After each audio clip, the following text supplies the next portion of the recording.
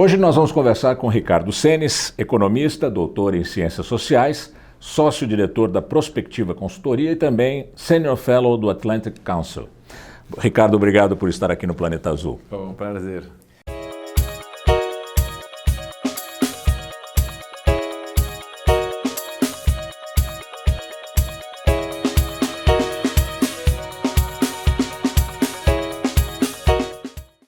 Nós temos agora, na América Latina, uma rodada de eleições muito importantes. E a direita, que veio com mais poder no último ciclo de eleições, parece que não está com a mesma força agora. Tem um fenômeno acontecendo em comum na América Latina? Olha, eu acho que a América Latina tem historicamente, um comportamento curioso, né? Porque é difícil identificar que é cíclico.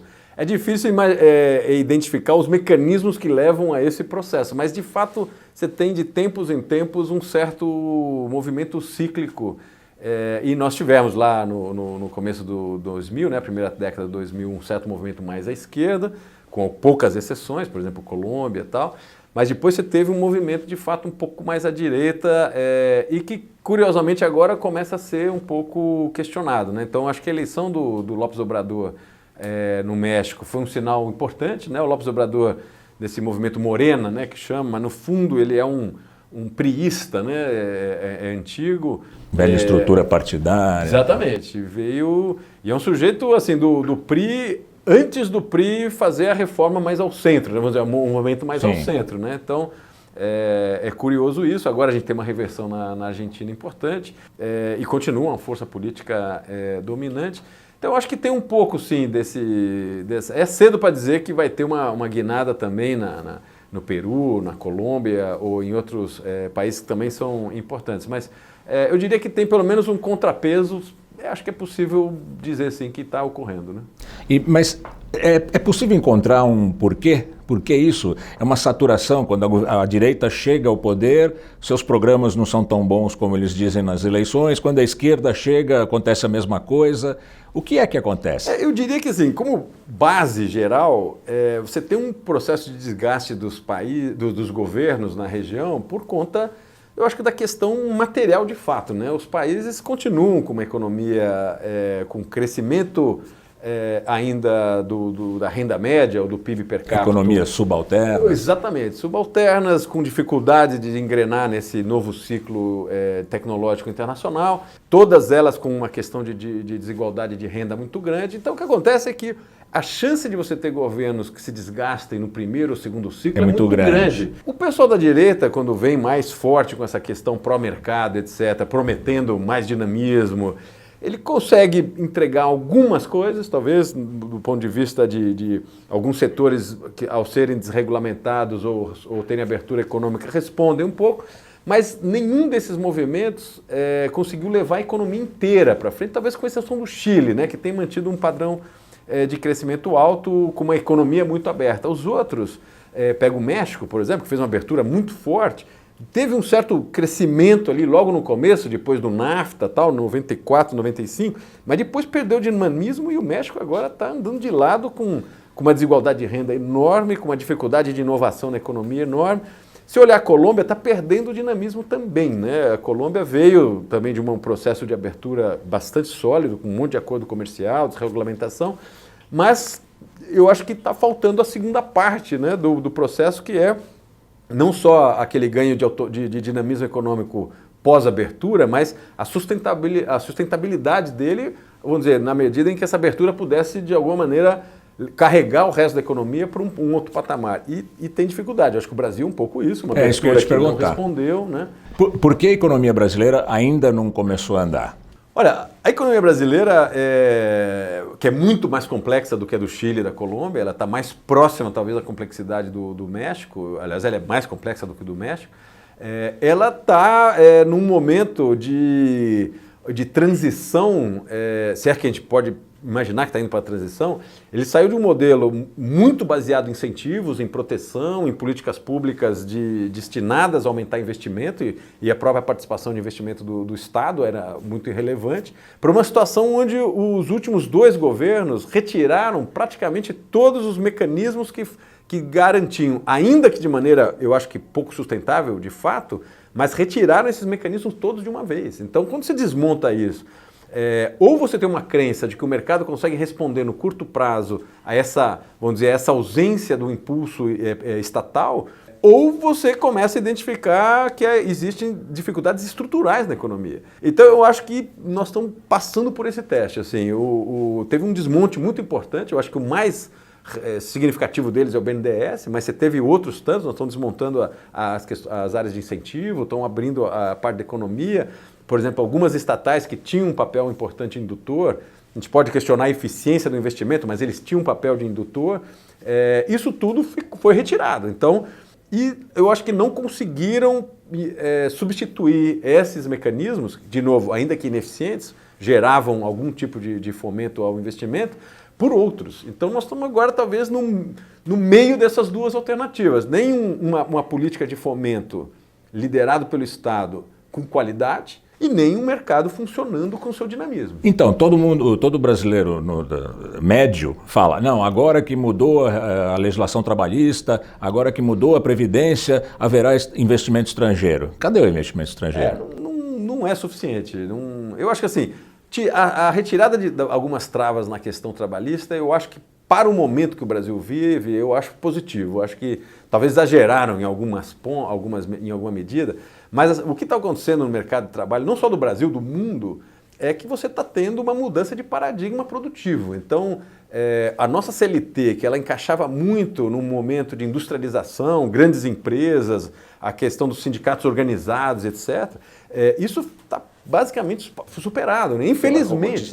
Robotização, digitalização, a desindustrialização, né? A indústria já foi 26% do PIB e hoje é 11% caindo. Então, esse modelo de trabalho com essa regulamentação e que era, vamos dizer, de alguma maneira, primeiro um padrão que era próximo ao internacional, pelo menos dos países desenvolvidos, e ao mesmo tempo respondia a grandes organizações industriais com capacidade de se organizar para tanto, planejar, fundo de garantia, cobrir esses custos todos do trabalho, eu acho que isso perdeu, né? Uma pequena empresa hoje, uma empresa média de serviço, por exemplo, ela não consegue conviver com a CLT, não conseguia conviver. Então, eu acho que teve um elemento positivo. A grande questão é que você entra num dilema de novo, você retira essa proteção de um lado, pelo menos dos empregados formais, mas você não tem um dinamismo suficiente para incorporá-los pelo outro lado, né, que é emprego qualificado, vamos dizer, mais flexível. E aí a gente ficou, infelizmente, nesse meio do caminho. Agora, eu acho que voltar atrás não é uma boa resposta, assim, recuperar essa questão da CLT, etc., não é uma boa resposta, mas também não é automática a passagem.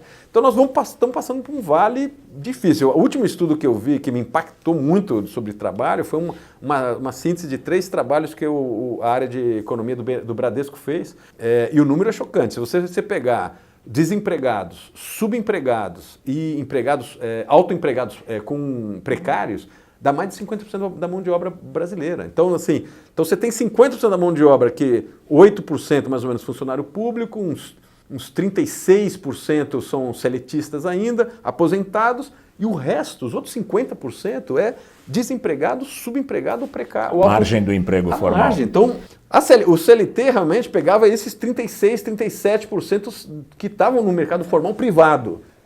Mas ele era uma política para 1/3 da mão de obra. O resto da mão de obra está em outras condições. Então, é um grande desafio para o Brasil e para o resto do mundo, né? E quando a gente olha para fora do Brasil, a gente vê Brexit, que é fator de instabilidade, vê briga da China com os Estados Unidos. Vê instabilidade do Oriente Médio de novo. No Oriente Médio, novamente instabilidade. Pois é. Isso não é nada bom para o Brasil. Não é bom. O Brasil está querendo arrumar a casa aí, eu acho que com problemas, como eu estou comentando, mas pelo menos quando esse governo estava defendendo, o próprio Guedes está dizendo, não, estamos acabando de arrumar a casa, o risco é quando acabou de arrumar a casa, pelo menos na visão do Guedes, veio uma crise internacional de desaceleração econômica forte e vai impactar o Brasil. Então, eu acho que o cenário para o Brasil não é necessariamente uma recessão aí nos próximos 2 anos, mas eu diria que é um crescimento mais próximo de 1%, aí, o que é muito pouco o Brasil, a gente cresce, o crescimento vegetativo brasileiro é 2%. Então, 1% você está decrescendo menos 1%. Então, assim, é muito pouco para uma situação de um país muito desigual, com um trabalho muito precário é mão de obra, né, e toda a força de trabalho muito precária. Enfim, ainda vamos ter uns anos complicados pela frente. Isso significa o que para o atual governo brasileiro? Olha, um desgaste encomendado. Está encomendado esse desgaste. Eu acho que o governo aproveitou muito mal a lua de mel, vamos chamar assim, que todo primeiro governo, o primeiro ano de um governo tem.